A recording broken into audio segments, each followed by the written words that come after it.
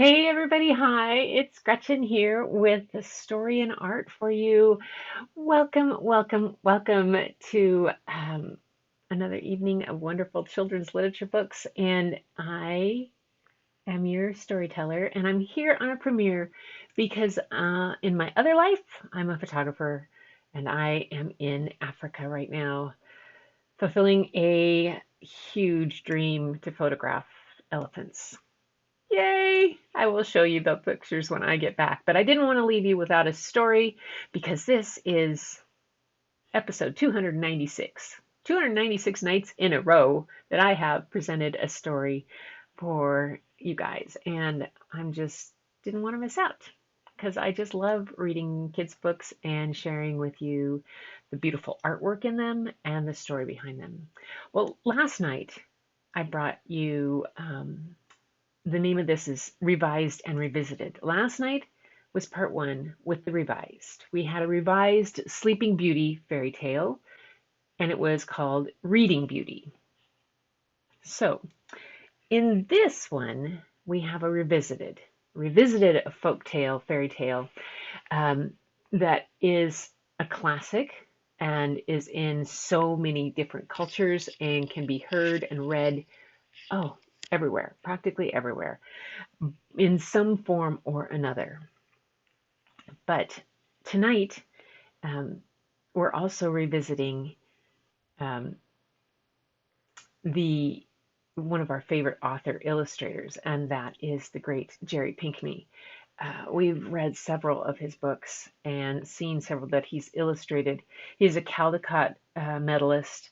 He his work is can be seen in galleries. He's just a fabulous artist and proponent of children's literature. And in this one tonight, he takes a classic, and that classic is The Three Billy Goats Gruff, and puts his own special Pinckney skin on, twist on it, and brings it to us in a really beautiful way. And with his amazing artwork that is detailed yet in some ways muted, and he oftentimes uses watercolor and different type of things. It's just fascinating to see, and the little details that you'll see in the art is absolutely amazing. So join me, I hope you enjoy this, for The Three Billy Goats Gruff. And you can see there's the goats. Oh, there's some more up there, different places. And we have the bridge and the troll house under the bridge. There's so many little details. He's over here. It's like he's got a lookout station. The troll does. There even seems to be some boats out there. Who knows? The Three Billy Goats Gruff by Jerry Pinckney. Get this where you can see all those pieces. And yes, that's good.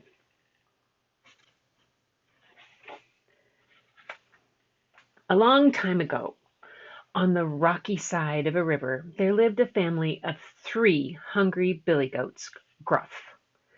The wild grasses flourished on the other side of the river, where the sun always shone brightest.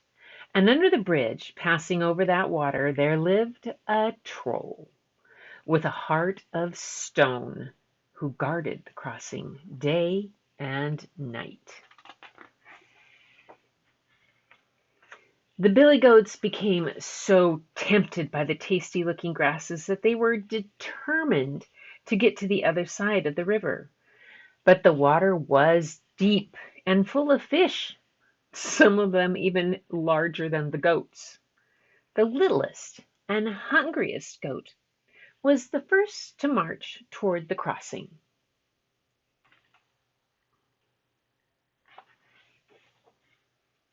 Chip chap, chip chap! Bravely the little billy goat Gruff trotted across the bridge. Trip trap!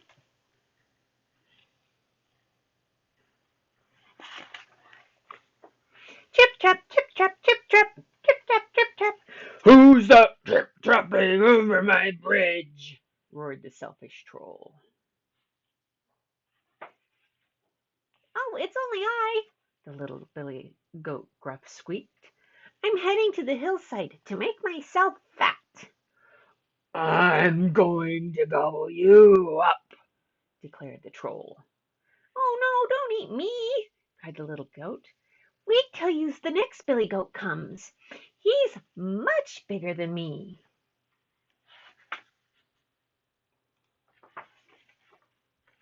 Well, go on then. You're nothing but skin and bones, and I want to fix a healthy stew. So on goes the billy goat. Munch, munch. Look at the fish heads and everything that he has, and his raven. Next, the second billy goat, Gruff, stomped across the bridge. Trip, trap, trip, trap. Who's that drip-trapping over my bridge? Shouted the nasty troll. Oh, it's only I, the second billy goat bleated. I'm heading up to the hillside to make myself fat. I'm going to gobble you up, the troll growled. Oh, no, don't eat me, begged the second goat. Big billy goat Gruff will be crossing soon. Get out of my way, you scrawny creature. Big Billy Goat will make a much tastier meal. On they go. Munch, munch.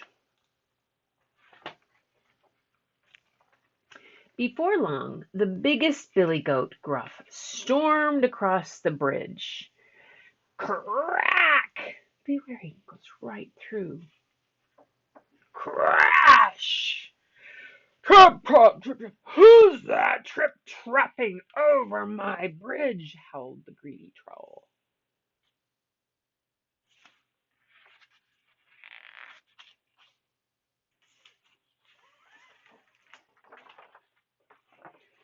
It is I, The biggest billy goat announced. I'm heading to the hillside to make myself fat. I'm going to gobble you up, the troll thundered. Try if you dare, The biggest billy goat bellowed right back. The troll scowled. The goat charged. Then, bam!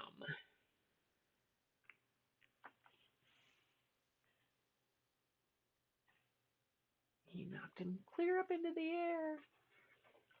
Splash! Gulp!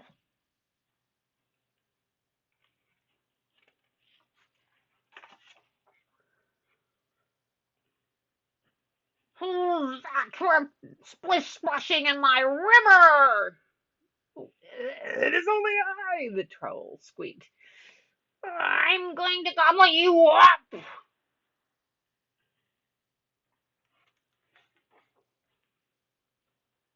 Trip trap, trip trap, trip trap, trip trap, trip trap, trip trap, trip trap. But the troll was probably a bit too sour and green to make a tasty meal.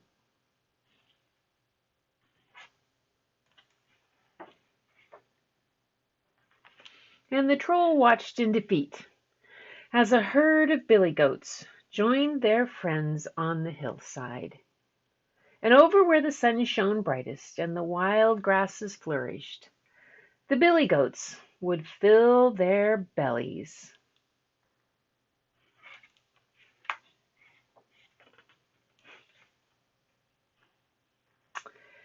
And it seems the troll was left behind to build a new house.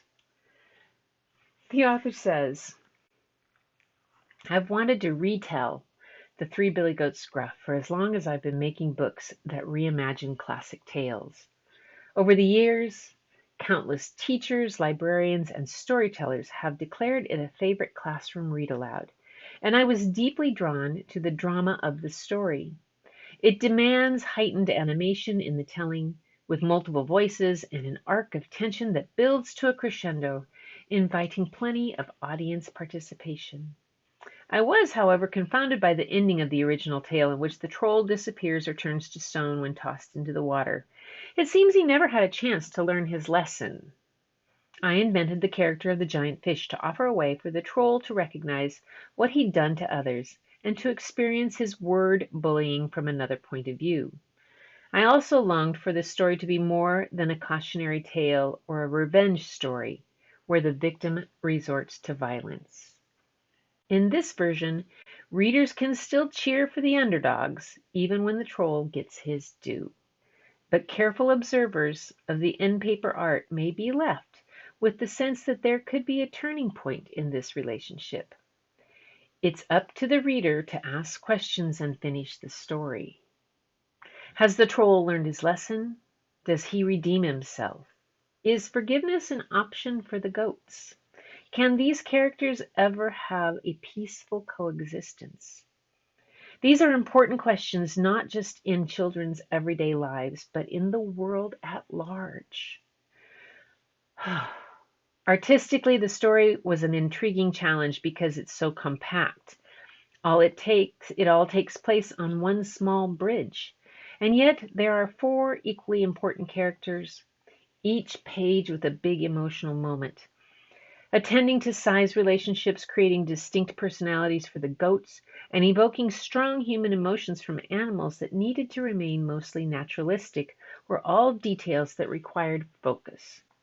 Photo reference is limited for these amazing animals, often regarded primarily as petting zoo inhabitants, so I used miniature models of goats to help create fresh perspectives.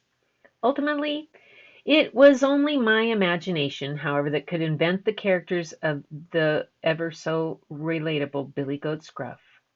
They are like many of us, both meek and at the same time strong in the face of adversity, and they must work together to stand up to bullies and be a force for change. Wow. To all my fellow Capricorns, Jerry Pinckney. He says the art for this book was created using pencil and watercolor on Arches cold press paper.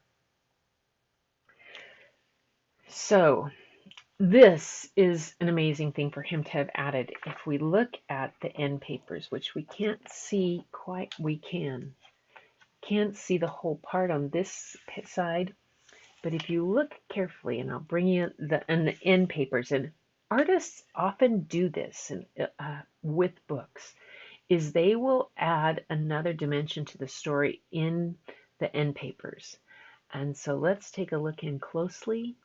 And here you see there's been a whole new relationship where the goat now is sitting as lookout up here, and they're coming back and across. It looks like they're crossing back and forth, but here the goat's pulling a wagon with full of things, and here is one of the goats pushing a rock up to help the troll build a new home. So perhaps there is some redemption for the troll and forgiveness in the heart of the goats. Okay, this is one of the books I think I'm going to have to put into my new planned book review channel. Yeah. This book, I think it's one of those ones that not many people take the time to oftentimes read the artist's note or the author's note and see just how much more there is to the book and the reason why and behind what Jerry Pinckney did to alter the story to make it relevant to the times that kids are facing today in schools and in so many situations where it talks to adults too about redemption and forgiveness and what we do and how we respond. Second chances, man, this is why I love children's literature. It always has so much more to say than just the pictures and the words.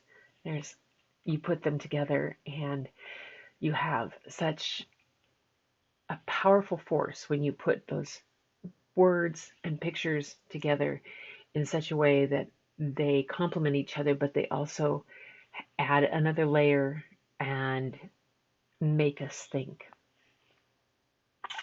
So I hope you enjoyed this book. I certainly did. It is going to be one of my top ones to put into my review list.